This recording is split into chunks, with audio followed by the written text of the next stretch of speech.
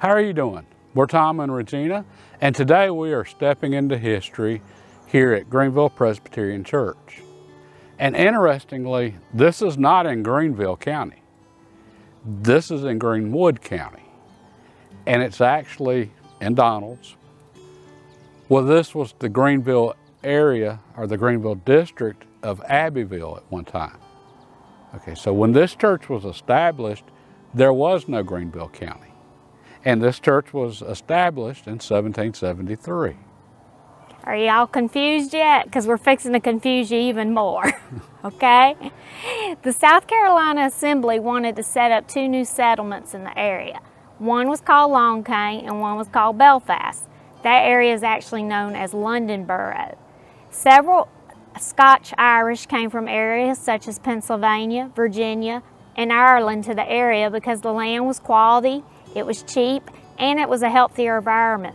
Several of these particular settlers came in through what was known as Charlestown at the time, or today is known as Charleston. And because they were Scotch-Irish, that's why this is a Presbyterian church. The Scotch-Irish were predominantly Presbyterian. And the reason so many migrated or immigrated to the U.S. was for religious reasons, religious freedom.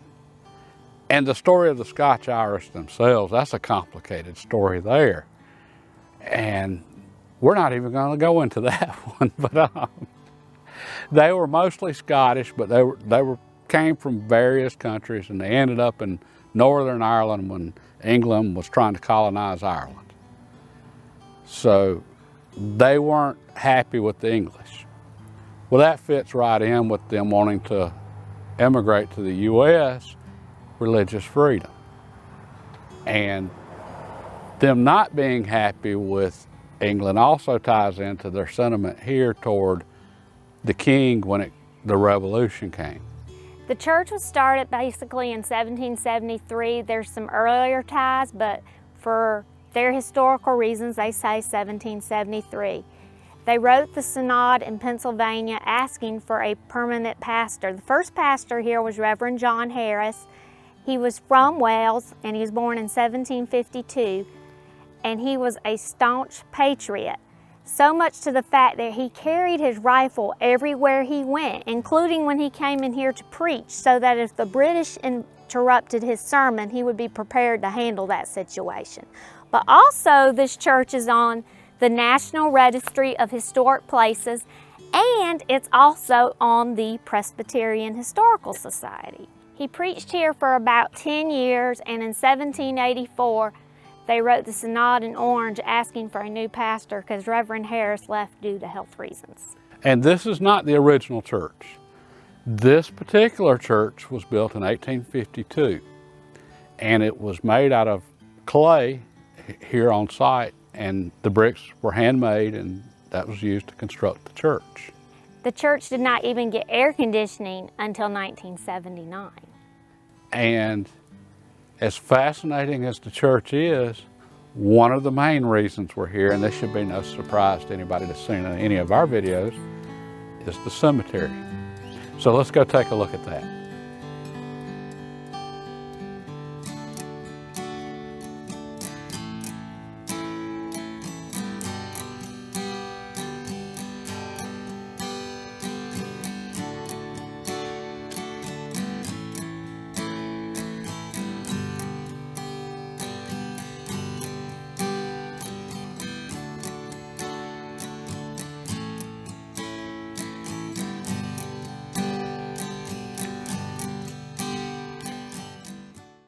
As we mentioned a moment ago, it's no surprise we're at a cemetery, but that's where all the people are from that time. And hey, there was interesting. They're what made that time interesting. And again, we don't have much left in South Carolina from that period, very little from that period. And today I'm really jealous about visiting this cemetery because it's Independence Day, and Tom has 6 ancestors here who helped fight for American independence, and I am so jealous we know where their final resting place is, because all mine are in North Carolina or Georgia or scattered everywhere. He's got 6, even more ancestors in this cemetery, but 6 we know of that helped fight for the American cause. And needless to say, my family has really deep roots in this area. So let's go explore this and look at some of the graves and talk about some of those individuals. If you'll notice all the American flags posted in front of a lot of these tombstones, the American flags are placed in front of the tombstones of Revolutionary War veterans. And on this particular row, this is where many of my ancestors are at, 4 in particular on this row. And their wives are also buried here with them. Well, let's take a closer look at some of these. Right here is the grave of Andrew C. Wright Sr., the patriarch of this particular branch of the C. Wright family. His service listed in SAR and DAR records is that he donated supplies. He was a little bit older and was physically unable to fight, so he donated supplies to help the Army out. And he died in 1777, but his grave says that he was a Whig patriot. The interesting one I find is 2 steps down, his son James C. Wright. Now, James fought under Colonel Robert Anderson, and that is who Anderson County is named for. And there's a little sad story associated with James here.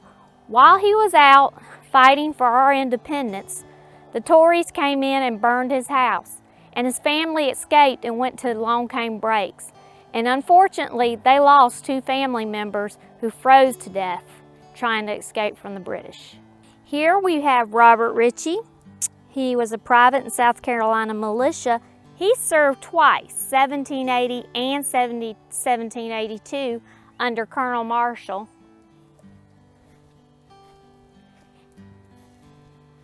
And he was married to the daughter of William Stewart, who also served as a private in the South Carolina militia. Now, I knew I had really strong ties to this area as far as my family, but I didn't know the specifics. And Regina got me hooked on genealogy. Okay, it's very interesting to learn about your family and the specifics, and that's where genealogy comes in. That's where you trace your family tree. Well, I learned a great deal about my family that I just had no idea of, thanks to genealogy and Regina getting me into that. So Regina, would you like to tell them? Thanks to your beautiful wife. Exactly. So would you like to tell them a little bit about genealogy?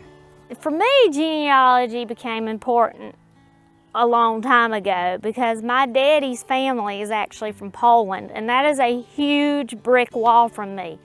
My grandfather's parents and my grandmother's parents were from Poland.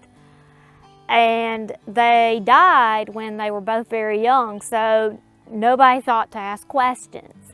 And in genealogy circles, or brick walls, when you hit an ancestor, Exactly. You just can't find any more information about them. That's as far back as you can trace your line.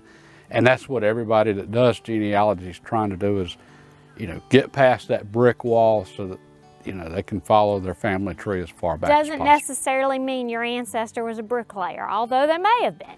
Yeah. But genealogy joke. yes.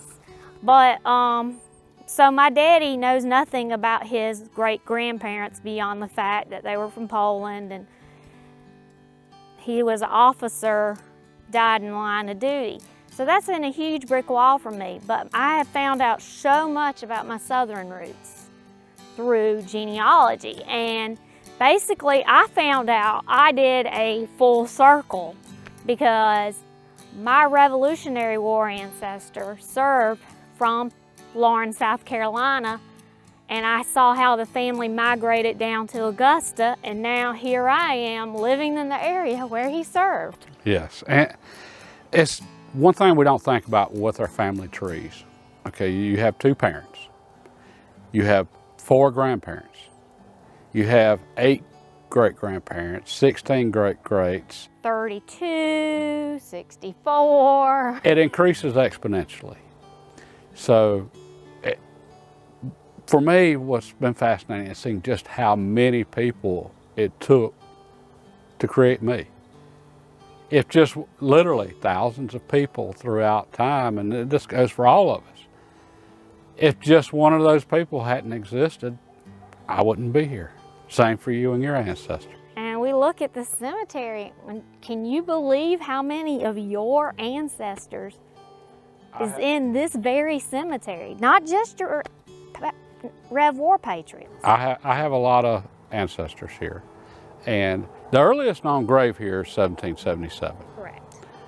Okay, and with family trees increasing exponentially like they do, one thing you quickly find out when you really start doing genealogy is how many people you're related to. Okay, I'm related to anybody that had family in this area. Pretty much I'm related to them. And when I say related, we can go through and find out exactly which cousin.